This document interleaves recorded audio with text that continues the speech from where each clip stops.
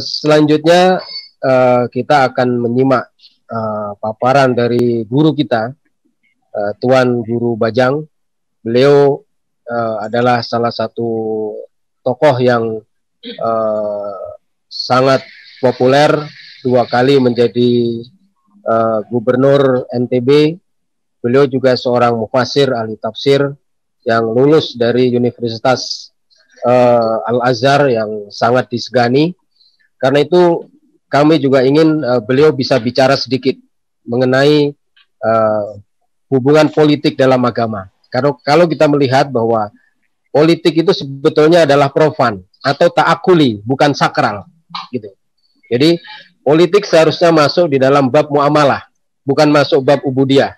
Tapi saat ini politik bisa diseret-seret juga ke dalam ranah akidah, sehingga terjadi proses takfiri ketika ada satu kelompok berbeda cara berpolitik dengan kelompok yang lain, itu akan rentan terjadi takfir atau mengkafirkan. Ini adalah salah satu ekses akibat ketika politisasi dalam agama terjadi overload atau terlalu berlebihan. Nah, barangkali Tuan Guru Bajang bisa memberikan pencerahan kepada kita semua dalam konteks ini. Maka waktu kami persilahkan kurang lebih 10 menit ya. 10 menit atau boleh lebih dikit boleh lah. Ya, silakan Tuan Guru. Baik, terima kasih. Assalamualaikum warahmatullahi wabarakatuh. Waalaikumsalam warahmatullahi wabarakatuh. Wassalamu ala Rasulillah wa ala alihi wa sahbihi wa man ittaba hudahu ila yaumil qiyamah, amma ba'du. Yang saya muliakan Bapak Dr. Imam Daruqutni, pimpinan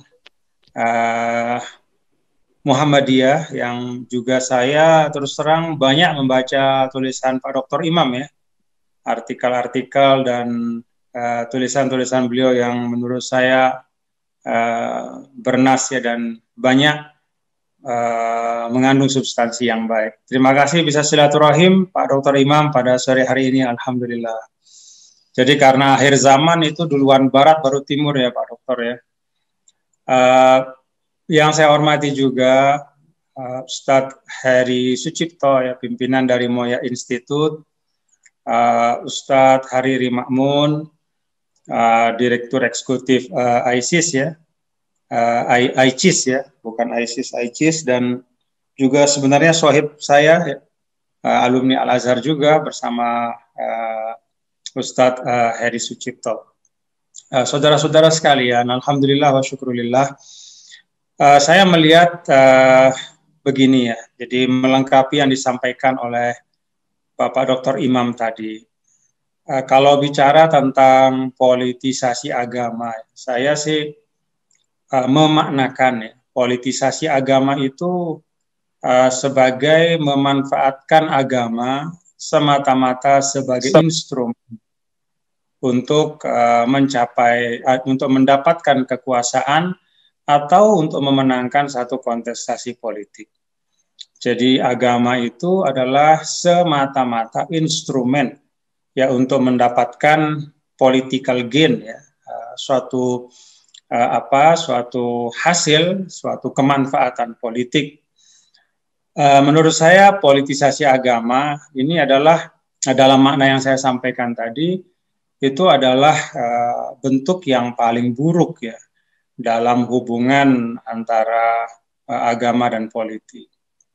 Nah, bentuk yang baiknya diantaranya yang saya yakini adalah bahwa agama dan politik itu bisa berhubungan dalam bentuk yang baik, diantaranya ketika agama itu menawarkan sekumpulan atau seperangkat nilai-nilai mulia yang ada di dalam agama untuk menjadi prinsip-prinsip di dalam berpolitik. Nah, kalau dalam makna yang seperti ini tentu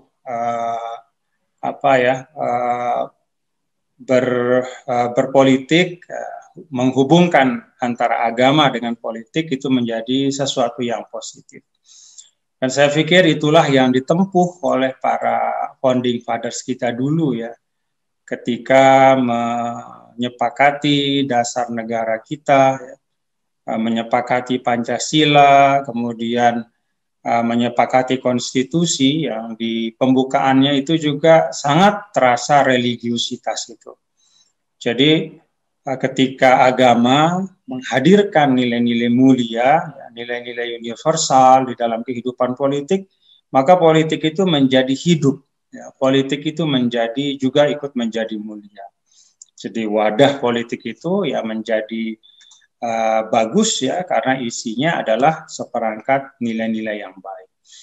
Nah, itu yang pertama yang menurut saya penting ya untuk saya dan kita semua ingat itu.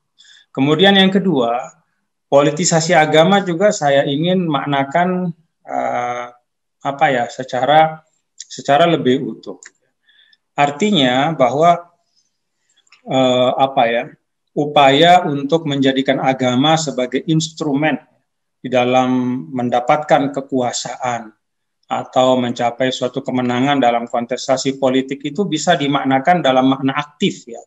Dalam arti ini aktif istilah saya saja ya. Dalam arti bahwa sekelompok kekuatan politik tertentu menggunakan sentimen keagamaan untuk menarik simpati dari halayak ramai yang kemudian akan berhasil memenangkan ide-idenya atau memenangkan kelompoknya. Bisa juga dimaknakan pasif ya dalam arti bahwa sekelompok kekuatan politik tertentu itu juga menggunakan sentimen agama tapi dalam makna negatif ya, yaitu dengan membuat ketakutan ya, kepada halayak ramai terhadap segala sesuatu yang berbau agama. Nah, ini juga menurut saya politisasi agama ya, dalam makna yang berbeda. Kalau di satu sisi ada sekelompok tertentu berusaha untuk mendapatkan kekuatan elektoral atau kekuasaan politik ya, dan menggunakan simbol-simbol agama, ya, instrumen agama secara keseluruhan untuk mendapatkan simpati dari kelompok yang dianggap punya punya girah keagamaan yang kuat. Di sisi lain juga bisa jadi ada kelompok yang memang katakanlah fobia ya, terhadap nilai-nilai agama yang juga kemudian bergerak di ranah politik, lalu kemudian juga memanfaatkan atau mempolitisasi agama dalam arti melabelkan segala sesuatu yang tidak baik, ya, dipersepsikan kepada agama, dilekatkan kepada agama sehingga masyarakat memiliki antipati ya, terhadap segala sesuatu yang berbau agama. Ini dua hal yang ekstrim ya, dua-duanya berada di kutub yang berseberangan, tapi hakikatnya keduanya ini melakukan politisasi agama menurut saya. Nah, walaupun memang kalau kita bicara saat ini ya, terlebih tadi sudah dipengantari oleh Ustadz Heri ya, Pak Heri, kemudian Ustadz Hariri dengan beberapa kejadian yang cukup aktual ya. Kita sekarang lebih banyak bicara ketika berdiskusi tentang politisasi agama adalah dalam makna yang pertama. Yaitu ada sekelompok orang, kelompok tertentu yang memiliki tujuan-tujuan politik itu menjadikan agama murni sebagai instrumen untuk mencapai kekuasaan atau untuk mendapatkan suatu kemenangan dalam kontestasi politik. Nah, tapi saya tidak mau kita lupa ya, tidak boleh kita lupa bahwa ada juga sebaliknya yang saya sampaikan tadi, sekelompok orang yang memang sangat anti kepada segala sesuatu yang punya atribut keagamaan, itu juga berusaha mempolitisasi dalam tanda kutip agama, yaitu dengan menumbuhkan antipati ya, kepada masyarakat terhadap segala sesuatu yang yang bermuatan atau punya bau ada kaitan dengan agama di dalam ruang politik atau di dalam ranah publik bahkan secara keseluruhan. Nah, saya berada di tengah ya, dalam arti bahwa saya melihat hubungan yang terbaik antara politik dan agama adalah ketika agama mampu mensuplai ya, politik ya, dengan instrumen politik yang ada, kemudian para pelaku politik yang ada ya, para politisi dan juga ya tentu para penyelenggara negara dan seterusnya dengan seperangkat nilai yang kemudian bisa diobjektifikasi tentu saja ya, diharapkan bisa diobjektifikasi dalam bentuk kebijakan yang nyata. Ya. Jadi ketika agama mensuplai perpolitikan kita dengan seperangkat nilai-nilai yang mulia, maka itu bukan hanya di ranah teori saja, tapi kemudian dia harus mewujud, ya, harus mewujud di dalam tataran kebijakan. Itu menurut saya hal yang paling baik ya di dalam hubungan antara politik dan agama. Nah, karena itu saya sesungguhnya di tengah-tengah pesimisme atau di tengah-tengah kegundahan sebagian dari kita ya, which is masuk akal juga gitu melihat hiruk pikuk beberapa waktu terakhir. Tapi saya termasuk orang yang cukup optimis sesungguhnya. Saya orang yang cukup optimis bahwa mainstream dari perpolitikan kita adalah moderasi beragama. Ya, kalau kita bicara tentang agama dan politik. Jadi di dalam bukan hanya mainstream politik, tapi bahkan mainstream kehidupan kebangsaan kita, ya, hubungan sosial kita ya, sebagai anak bangsa di dalam satu wadah NKRI ini, sesungguhnya mainstreamnya adalah mainstream moderasi, termasuk dalam konteks kehidupan keagamaan. Itu kita juga bersyukur ya bahwa mainstream dari kehidupan keagamaan kita adalah moderasi atau yang sering diistilahkan dengan wasatiyah. Nah, kenapa saya optimis ya? Karena kalau dalam masa yang tidak biasa saja, masa yang genting ketika dulu di awal-awal kemerdekaan, para founding fathers sudah berhasil menyusun dokumen metayuridis yang tertinggi, yaitu Pancasila, pembukaan Undang-Undang Dasar 1945, yang di dalamnya itu ada semangat moderatisme, ya, ada semangat wasatiyatul Islam, saya sebagai seorang Muslim, maka saya optimis bahwa sesungguhnya dari masa dulu, apalagi sekarang ketika kita sudah punya akumulasi pengalaman kebangsaan yang cukup kaya ya, demikian pun kita mengalami pergiliran dan pergantian pemerintahan ya, dan dengan sistem yang berbeda-beda, saya meyakini bahwa akumulasi dari itu semua akan membuat kita sebagai bangsa menjadi bangsa yang lebih bijaksana. Dan kebijaksanaan itu selalu menghadirkan proporsionalitas menurut saya, atau wasatiyah ya, itu sikap moderat. Nah, saya setuju dengan yang Pak Dr. Imam tadi sampaikan, ya, berhentilah kita fokus pada figur ya. Mari kita bicara tentang gagasan, ide-ide gitu. Dan ketika bicara tentang gagasan dan ide-ide, salah satu ciri khas dari wasatiyah itu adalah bahasa Pak Dr. Imam tadi mendialektikakan gitu, memperjumpakan ya, membangun perjumpaan bahkan secara sengaja. Kalau dalam buku-buku lama ya, keterangan dari para guru-guru kita itu misalnya disebutkan bahwa Ahlus Sunnah wal Jamaah itu punya salah satu karakteristik, yaitu dia selalu memperjumpakan antara teks dengan konteks, antara nas dengan realitas gitu, antara wahyu dengan akal budi yang tumbuh di tengah masyarakat. Nah, ini yang harus terus kita rawat dan kita jaga. Karena itu ketika bicara tentang mencari titik temu ya, memperjumpakan antara seluruh kearifan yang tumbuh dan hidup berkembang di tengah-tengah kita, saya mengharapkan ya, apa sih yang mesti kita lakukan? Saya membayangkan begini, pertama sesungguhnya hazanah dari kearifan dalam kearifan di dalam kehidupan kebangsaan kita ya. Kalau kita bicara dalam konteks sebagai umat Islam, ya, itu adanya kan di ormas-ormas kita, ya, ormas-ormas besar yang tumbuh di Nusantara, di Indonesia ini, bahkan lahir sebelum lahirnya Republik. Ya, ada misalnya Muhammadiyah, ada Nahdlatul Ulama, ya. Kemudian juga di Nusa Tenggara Barat saya belajar di Nahdlatul Wathon yang berdiri tahun 1937 ya. Nah, ini adalah ormas-ormas Islam ya, ormas keagamaan yang punya hazanah kebangsaan yang sudah sangat kaya, yang punya hazanah moderatisme yang juga sudah sangat kaya.